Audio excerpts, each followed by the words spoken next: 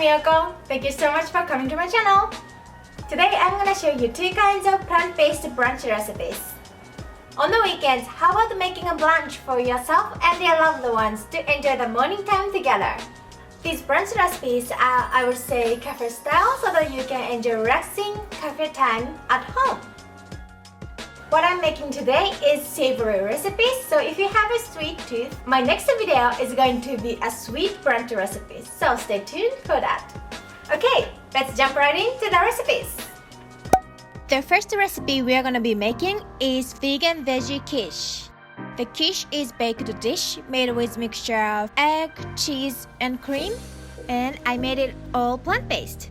So to begin with, let's make eggy and cheesy butter. Now into the food processor, we're gonna add 14 ounces of tofu, which gonna be a creamy base of the mixture. Here I'm using firm tofu, 2 cloves of garlic, 1 tablespoon of nutritional yeast for the cheesy flavor, 3 tablespoons of miso paste, 1 tablespoon of olive oil, 2 tablespoons of arrowroot powder, 1/4 teaspoon of turmeric, a pinch of salt and pepper. Pop the lid on and blend everything until creamy and smooth. Scrape down the side if you need. The result should be creamy and dense like this. Now let's move on to prepare the veggie fillings. I'm using half onion, roughly chopped, half cup of cherry tomatoes, cut into halves, and 1 cup of mushrooms. Here I'm using sliced mushrooms, and also I'm gonna add 2 cups of spinach. So now let's cook and flavor the veggies. Into a pan, add onions, add 1 teaspoon of olive oil.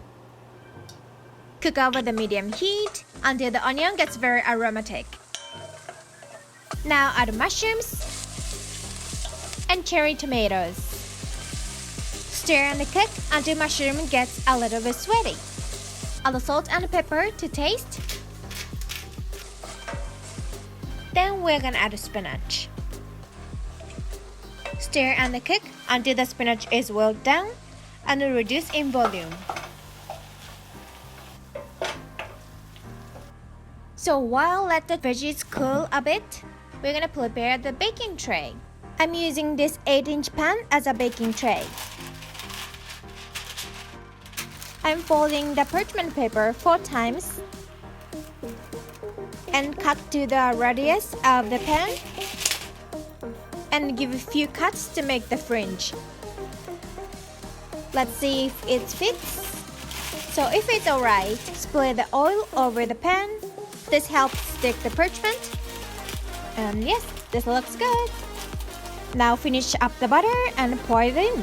Into cooked veggies, pour the quiche butter and mix in. Add the mixture into the baking tray and flatten the surface. For the topping, today I have half the cherry tomatoes and cooked asparagus. You can use any veggies you have in your fridge. To top it off, I added a few sprigs of dill. This adds extra freshness and flavor. So once all the veggies are nicely decorated, let's bake the quiche in the oven at 350 Fahrenheit or 180 Celsius for 40 minutes. Baking time might vary depending on your oven. Let's check the quiche after 30 minutes. If it's nicely golden brown, cover with aluminum foil to prevent further browning. Once it's baked and popped out of the oven, we're gonna let it cool for a while. Freshly baked, hot quiche are very fragile, so let's give it a time to settle. When it becomes about room temperature, let's plate it up and enjoy. I added extra dill splings to give a fresh flavor. This is creamy and cheesy, and you can enjoy hot or cold. This is perfect wholesome brunch recipe.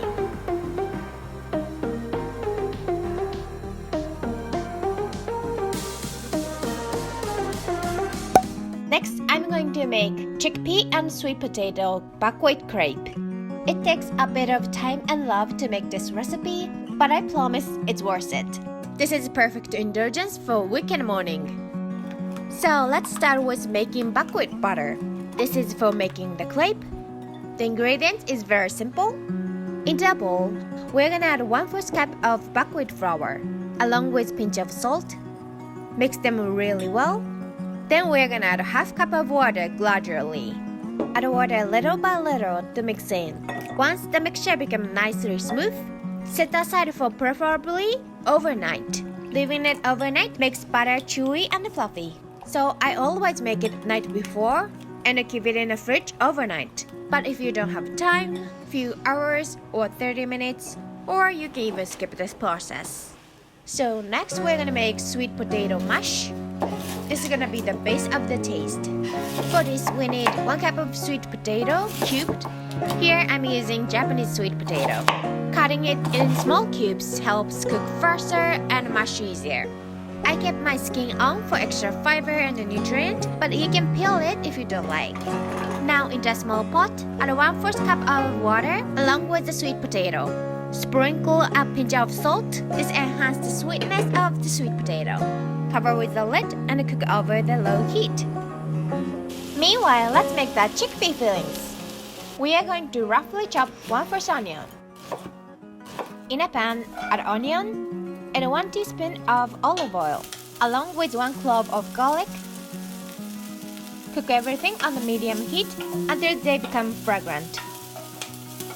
Then we are going to add 1/2 cup of chickpea and 1/2 cup of sliced mushrooms. Cook until chickpeas are nicely toasted and become crispy. For the flavor, we are going to add 1 teaspoon of onion powder, 1/2 teaspoon of smoked paprika powder, dash of turmeric, 1/4 teaspoon of salt, and pinches of freshly cracked black peppers. Mix and toast the spices until fragrant. Add a dash of water if you need to deglaze the pan. At the end, we're gonna add a big handful of spinach. Cook until spinach is rolled down and nicely incorporated. So at that point, sweet potato should be nicely softened. We're gonna drain the excess water in a pan. Transfer into the bowl and make it into a mash. I'm mashing the potato with back of my fork. If you have potato masher, that would work better. To make this sweet potato mash extra creamy, we're gonna add 2 tablespoons of plant-based milk. Here I'm using almond milk. You can add more or less depending on your desired consistency. Since Japanese sweet potato are drier than regular sweet potato, so I end up adding 2 more teaspoons of almond milk. You can mash until extra creamy, or I like to leave a little chunk here and there so that I can enjoy the change of the textures. So before assemble everything, let's make easy tahini dressing. Into a jar or small bowl, we're gonna add 1 tablespoon of tahini, 2 tablespoons of lemon juice, which is about juice from half medium lemon, 1/4 teaspoon of garlic powder, and 1/4 teaspoon of salt. We're gonna mix this until it's become creamy and smooth and emulsified. Now let's cook the crepe. I transfer the butter from the bowl to this jar so that I could save the space in the fridge. Butter might be dissociated like this, but once you shake it off, you are good to go. Now let's heat the pan over the medium heat. Here I'm using 12-inch pan. I just go ahead and already glaze the pan with olive oil. Once pan becomes hot, we're gonna gently pour the butter into a pan. Butter should be naturally split into a round shape, but if it doesn't, let's tilt the pan to help it split. Once the surface becomes dry, cover with a lid and let's cook for 2 minutes. After the 2 minutes, we're gonna uncover the pan. If you have a hole like I did here, don't worry, it really doesn't matter. Now we're gonna place the sweet potato mash on the center. At this point, the crepe is still soft, so here I'm trying to gently place the mash on top. Then we're gonna cook the crepe until it becomes nice and crisp. It might take 5 minutes or so. For the buckwheat crepe, overcook is better than undercook. I like to check the bottom to see if it's nicely golden brown. Once it's ready, let's transfer the crepe into a plate. So now let's do the final decoration, the fun part.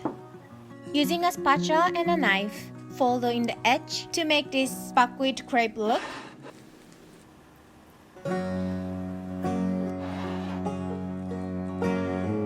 This already look really pretty.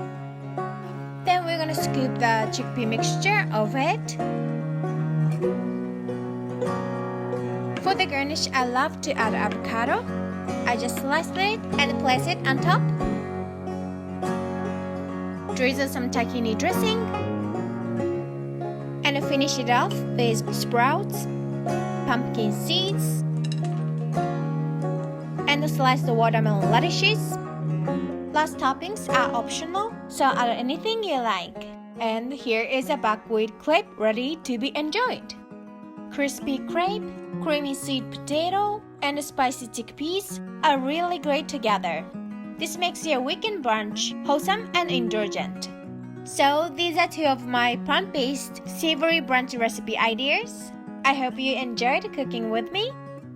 If you like this video, please give it a thumbs up and subscribe. Thank you so much for watching and see you in the next one. Bye!